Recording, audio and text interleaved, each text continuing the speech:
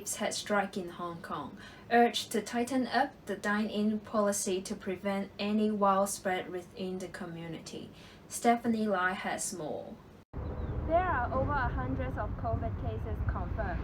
The Hong Kong government has announced to tighten the dining restriction, while many restaurants are struggling to operate under this COVID period. Given the severe situation that we are facing right now, we would strongly encourage and also appeal to people while they cannot go out to eat at night, because we are going to ban dine-in the evening.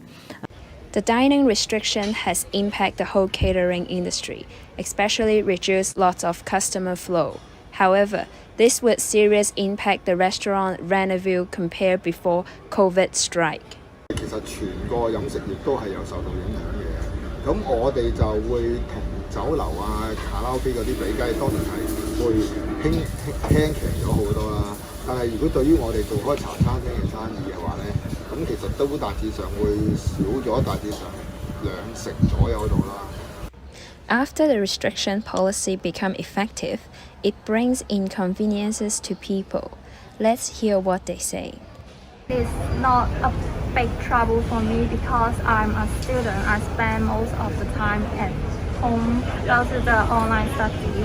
It's essential for them to have dinner outside, such as the worker, because it is not possible to return home and finish their dinner and go back to the office again. I think it is a big inconvenience for some people. I'm Stephanie Lai, reporting for the Source News. It has been 10 years since the Great East Japan earthquake, and according to the Fire and Disaster Management Agency, over 19,000 people died and around 1,500 are still missing. Saluni Bandara reports. People are remembering and praying for the Great East Japan earthquake victims and to lead healthy lives full of hope. 津波って本当にあっという間の一瞬です。The disaster's long-term consequences have also had a major impact on people's physical and psychological well-being. The government has a role to provide health, but the problem was they didn't expect that the reconstruction period will be that long. 41,241 people are still forcing to live in shelters. Local people say that people did not take it seriously when the disaster occurred. We were so unprepared for that earthquake. I remember that our family didn't have anything, and we were not prepared to evacuate from room and go to the school. Safety measures have been developing and mainly secured after 10 years. However, locals are missing the good old days. 堤防が本当に倍ぐらいになったっていうこと、本当に綺麗な景色が見れなくなったっていうことです。New concerns arise, and more people are hesitant to go to evacuation centers. Authorities have been warning local officials for months to include coronavirus measures to disaster preparations. Persuading people to evacuate early and find alternative shelters is vital. 津波は自然災害なんだけど、被害はね、社会災害なんですよ。津波の対策っていうのはね、避難することなんですよ。However, the government should reconsider its countermeasures to solve. Residents are voicing their concerns about the future Nankaichaf earthquake, which could happen anytime soon. I'm Siluni Kioma Bandara, reporting for the Source News. Recent concerns surrounding the AstraZeneca vaccine has created strong public controversy on the COVID-19 vaccine and how safe it really is. Taylor Crashley has more. More than 1.6 million Australians have received the COVID-19 jab since its rollout in February. However, there is still strong public controversy surrounding the vaccine. On one hand, people are lining up to receive the vaccine for health safety and the promises of overseas travel. If getting the vaccine means I'll be able to travel within the next 5 years, then of course I'm going to get it, because I'm about to graduate year 12 and I really want to have the opportunity to go overseas. Prime Minister Scott Morrison recently created public excitement when he hinted that Australians may be able to travel overseas if they are vaccinated against COVID-19. Although not all are convinced, the Australian public has lost confidence in the AstraZeneca vaccine since learning of the chance of developing rare blood clots. I have great concerns now after I've heard all the different stories of people getting blood clots, especially in my age group, over 70. It is a real concern. Despite the risk, the government is attempting to reassure the public that the AstraZeneca vaccine has fewer risks and greater benefits for people over 50. However, a recent poll revealed that less than half of people aged over 50 are willing to get the vaccine, where there is speculation on how safe it really is. Why is it that the AstraZeneca is good for people over 50 but not for people under 50, when people under 50 have a better immune system than older people?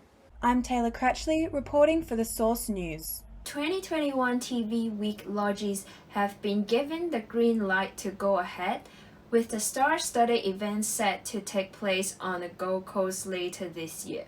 Jessica Stafford reports. After its cancellation in 2020 due to the coronavirus pandemic, the Logies are back. TV's Night of Nights will be held here at the Star Casino, where the red carpet will be rolled out to toast entertainment's finest. Yes, we had a tough year last year, but this year we're back. It is really a key thing for us to be able to celebrate with Australia here at this wonderful, iconic venue here on the Star Gold Coast. We are looking at international guests. It's too soon to say anything. We're very hopeful we'll have a great list of stars and they'll be announced a bit closer to the event. Gold Coast has fast become a Hollywood hotspot following the state's successful COVID management, with numerous local and international productions currently being filmed here, attracting movie stars and celebrities to our famous beach town, bringing with it revenue, jobs and a spot on the map. I think it's great for the tourism and everything. Probably good for the Gold Coast region now that kind of COVID's died down. But not everyone is happy with the influx of the rich and famous during trying times. We've still got a bunch of everyday Australians, stuck overseas that can't get home. Organisers of the event, TV Week, say COVID-safe planning is in place. We'll work with our stakeholders, our government stakeholders, on what the restrictions are closer to the event. The 2021 TV Week Logies will be held on Sunday, November 28th. Jessica Stafford, Griffith University News. The number of suicides occurring within rural community of Australia continue to increase due to various environmental and economic impacts. Hannah Hogg reports. Hidden behind the country farming lifestyle is the growing number in suicides within Australian farmers. Approximately 65,000 Australians lose their life to suicide per year. Farmers across Australia are recognised to have the highest number of suicides compared to other occupations. Growing up as a kid, there was always plenty of people, plenty of labour around. Farmers were significantly impacted when COVID-19 occurred. Individuals stopped working and gained more money through government benefit schemes, and backpackers fled home. This led to farmers having no labour workers to assist in farm duties. There'd been 6 men and 2 women just in the Dalby Chinchilla area had taken their own lives. Major issues such as the weather has impacted Australian farmers for many decades and continues to affect heavily on their mental health. A lot of it has to do with the weather and the price that you're getting for your commodity. Once it starts to stay dry, the price of your silage will go up, the price of your hay will go up and your grain, and you'll make no money out of it. What point do you give up? It's not their fault that it's happening. Buy Australian, buy branded products. Without the help from consumers and other individuals through buying Australian-made products or growing the support by connecting the farming community with the urban communities, Australia will never connect as a whole. This has been Hannah Hawke reporting. And now some news from Singapore.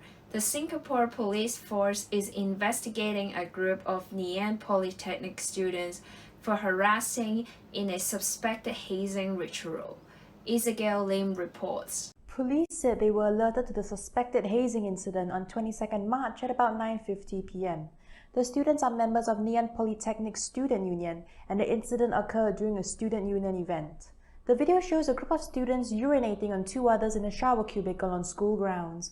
One of the group is seen stopping one of the supposed victims from cleaning himself. I definitely do think that it's very inappropriate, and this whole culture of urinating on the boys to kind of welcome them, like a bonding session by doing such things is definitely uncalled for. In a statement on 23rd March, the school said it is aware of the video, adding that it takes a serious view of the matter and does not tolerate any form of misconduct. At the student orientation camp, there were like 0 teachers on the scene, so there was also 0 consequences for whatever that happened during the camp.